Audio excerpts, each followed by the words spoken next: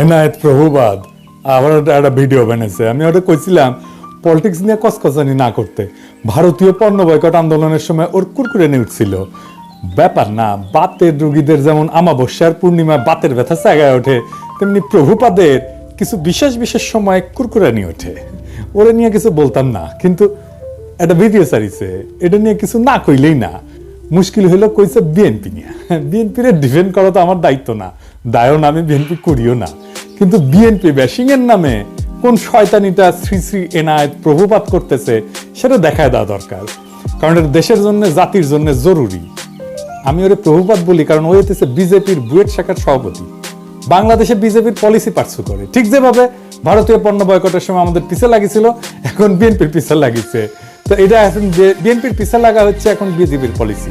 মানে বিজেপি এখন জানে যে আওয়ামী লীগ আর তো আসবে না, কিন্তু বিএনপি যেন না আসে ক্ষমতা, এটাই হইতেছে বিজেপির পলিসি। ও যেটা বলতে চাচ্ছে সেটা হচ্ছে আওয়ামী লীগ খারাপ, অবশ্যই ঠিক আছে, বিএনপি একই রকম খারাপ। বিএনপি একই রকম খারাপ একটা দল, এই বিএনপিকে ক্ষমতা আসতে দেওয়া যাবে না, ফেয়ার না। তো প্রভুবাদ আওয়ামী লীগের আমলে আওয়ামী লীগের শাসন নিয়ে কি কথা কবে পারছিল আপনারাই বলেন? তখন কিন্তু গোয়ার গু শুকায় গুটা হয়ে গেছিল, সেই সাহস হয় নাই। এখন ওর পৌরুষ জেগে উঠছে, বিপ্লবী হয়েছে, এখন হচ্ছে বিপ্লবী সাজিতে। ওই সময় কি কি করেছিল আসেন দেখি।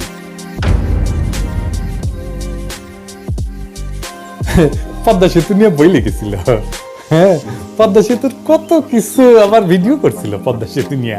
নির্বাচন আগে হাসিনার যেগুলো মেগা প্রজেক্ট, গুলো মেগা দুর্নীতির প্রজেক্ট, সেগুলো নিয়ে ও ভিডিও বানিয়েছিল। পদ্মা সেতু নিয়ে, মাতারবাড়ি নিয়ে, রামপাল নিয়ে, পায়রা নিয়ে, রূপপুর নিয়ে।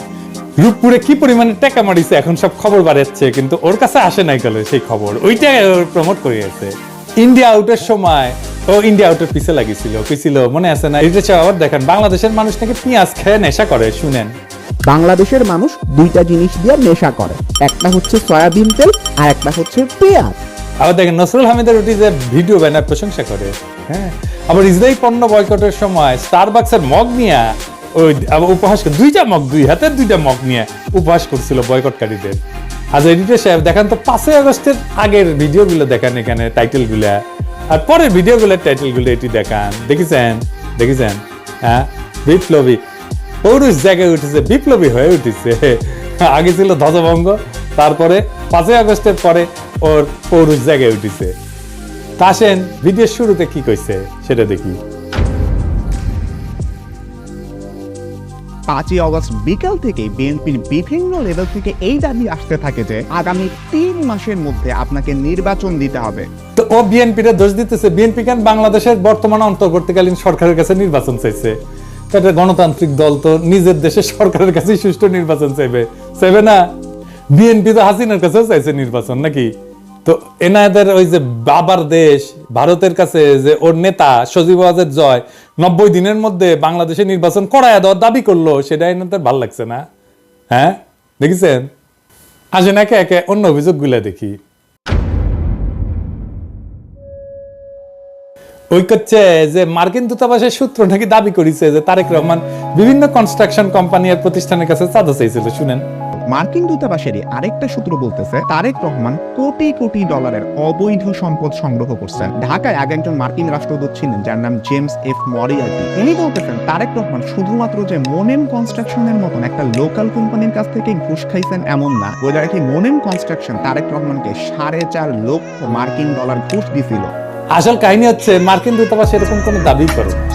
মার্কিন দূতাবাস তাদের কেবল মানে যে সমস্ত কমিউনিকেশন পাঠায় আর কি, তার দেশে কোথায় কি আপডেট হচ্ছে এইগুলা লিখে পাঠায় এবং বিভিন্ন বিষয়ে ওয়াশিংটনের মতামত চায়। এরকম একটা কেবল যেটা পাঠানো হয়েছে 2008 সালের নভেম্বরে, সেখানে তারা লিখছিল যে বাংলাদেশের দুর্নীতি দমন কমিশন তারেক রহমানের বিরুদ্ধে বিভিন্ন অভিযোগ আছে, যার মধ্যে আছে অমুক কনস্ট্রাকশন ফার্ম থেকে চাঁদা দাবি, তমুক প্রতিষ্ঠান থেকে চাঁদা দাবির অভিযোগ।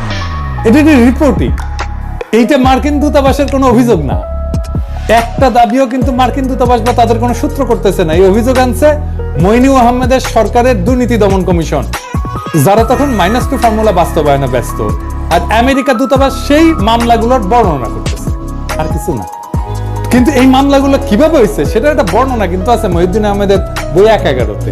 এই মামলাগুলো হয়েছিল সরাসরি মইনুল আহমেদের নির্দেশে, যদিও তখনকার এনবিআর বা দুদক কেউই তারেক রহমানের বিরুদ্ধে কিছুই পায় না। বইয়ের 274 পৃষ্ঠাতে মহিউদ্দিন আহমেদ যখন তৎকালীন এনবিআর এর শীর্ষ কর্মকর্তাকে তারেক রহমানের মামলাগুলোর ব্যাপারে জিজ্ঞেস করছে, উনি উত্তর দিচ্ছেন, কি বলতেছেন, তাদের বিরুদ্ধে তো কোনো মেজর কেস পাওয়া যায় না, যেমন তারেকের তো কোনো কিছু প্রমাণিত হয় না, তার তো কিছু পাই নাই বলতে গেলে, দেখেছেন। এবং এই 111 বইতে খুব বিস্তারিতভাবে লেখা আছে কিভাবে মইনুল আহমেদ বাধ্য করছিল এই সমস্ত মামলা দিতে। এবং আমরা সবাই জানি যে কিভাবে তখন ব্যবসায়ীদের তুলে নিয়ে বিভিন্ন রাজনীতিবিদদের বিরুদ্ধে মামলা করতে বাধ্য করা হইতো। সেই মামলাগুলোর সূত্র ধরে এই প্রভুপাদ ভিডিও বানায় ফেলছে যে তারেক রহমান চাঁদাবাজি করছে, দেখেছেন। মানে মানুষের তো ইন্টেলেকচুয়াল একটা অনেস্টি থাকবে। উনাকে আবার ছাত্র পড়ায় বুয়েটে, ছাত্র কি শিখবে ওর কাছ থেকে? ছাত্র সাবজেক্ট কি শিখবে জানি না, কিন্তু নৈতিকতা তো শিখবে না। কারণ প্রশ্ন হইতেছে যে মামলাগুলো হইলো গত 17 বছর, এই চাঁদাবাজি মামলা অগ্রগতি কি? ঘোড়ার ডিম, শূন্য। এটা চাঁদাবাজির মামলাও হাসিনা গত 17 বছরে কোনো আদালতে প্রমাণ করতে পারে না, এমনকি কোনো বিবাদী এই সমস্ত ভুয়া মামলা চালাইতেও চায় না। তো প্রভুপাত কোত্থেকে পাইলো এগুলো? দেখেছেন কিরকম জাউরা, কিরকম জাউরা।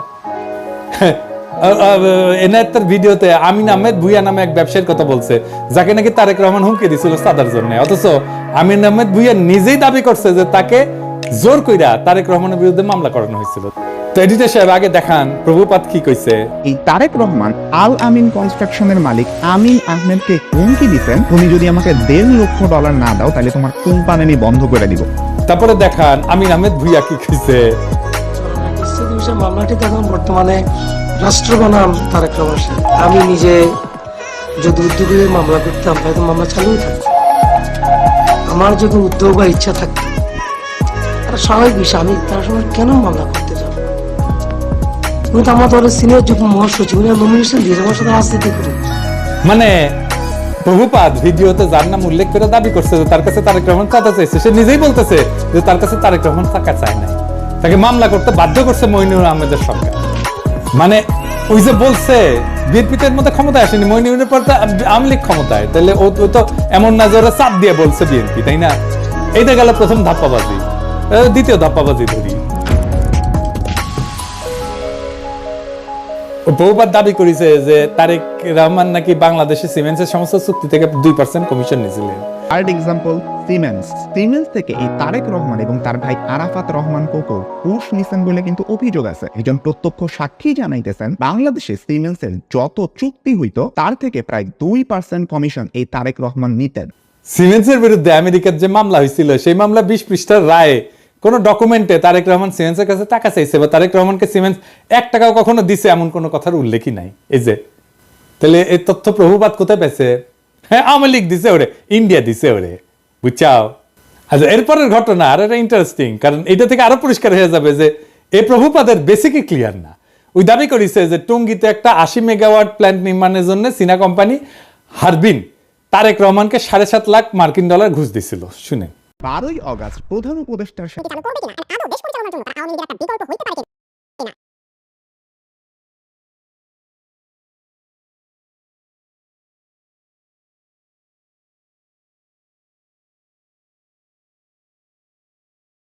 আসল কথা হচ্ছে হারবিন একটা টেন্ডার প্রক্রিয়াতে সর্বনিম্ন বিডার হিসেবে 2002 সালে মনোনীত হয়েছিল। এই দরপত্র নিয়ে কোনো মামলা হয়নি কখনোই। তাই হারবিনকে কাজ দিতে তারেক রহমান ঘুষ নিয়েছিল দাবি ভুয়া, কারণ যার টেন্ডার সর্বনিম্ন হয় সে তো এমনি কাজ পাবে। মামলাটা আসলে কি ছিল? মামলাটা ছিল হারবিন এবং তাদের বাংলাদেশের পার্টনার নির্মাণ কনস্ট্রাকশনের টঙ্গীর বেসিক শিল্পনগরীতে যে পাওয়ার প্ল্যান্ট বানানোর কাজ পায় সেটার ওয়ার্ক অর্ডার নিয়ে। খাদিজা বেগম গিয়াসউদ্দিন আল মামুনকে দিয়ে পাওয়ার প্ল্যান্টের ওয়ার্ক অর্ডারটা তাড়াতাড়ি বের করে আনে। তো এটা কনসালটেন্সি ফি হিসেবে কিছু টাকা দিছিল বলে খাদিজা বেগম নিজে দাবি করছে আদালতে। খাদিজা বেগম পুরা মামলা কোথাও বলেন নাই যে এই টাকা তারেক রহমান খাদিজা বেগমের কাছে চাইছে বা দিতে বাধ্য করছে। তাই 2013 সালে এই মামলায় তারেক রহমানের নাম ছিল, কিন্তু তারেক রহমানকে খালাস দেয় আদালত। মানে হাসিনার আমলে তারেক রহমান আদালত থেকে খালাস পায়, হাসিনার আমলে। কিন্তু যে বিচারক খালাস দেয় সে আবার খালাসের রায় দিয়ে দেশে থাকতে পারে নাই, তার এসকে সিনহার মতো দেশ ছাড়া করে বাধ্য করা। উনি মানে ফিনল্যান্ডে আছেন। এরপর প্রভুপাত দাবি করেছে যে তারেক রহমান নাকি বসুন্ধরা গ্রুপের কাছ থেকে 21 কোটি টাকা নিয়েছিল একটা মামলার বিচার প্রভাবিত করতে। বসুন্ধরা গ্রুপের মালিকের একজন ছেলে আছে, নাম হচ্ছে শাফিয়াত সোবহান তানভীর। ইনি কিন্তু আনভীরেরই ভাই। তার বিরুদ্ধেও একটা খুনের মামলার বিচার প্রভাবিত করতেও তারেক রহমান 21 কোটি টাকা নিয়েছিলেন বলে অভিযোগ আছে।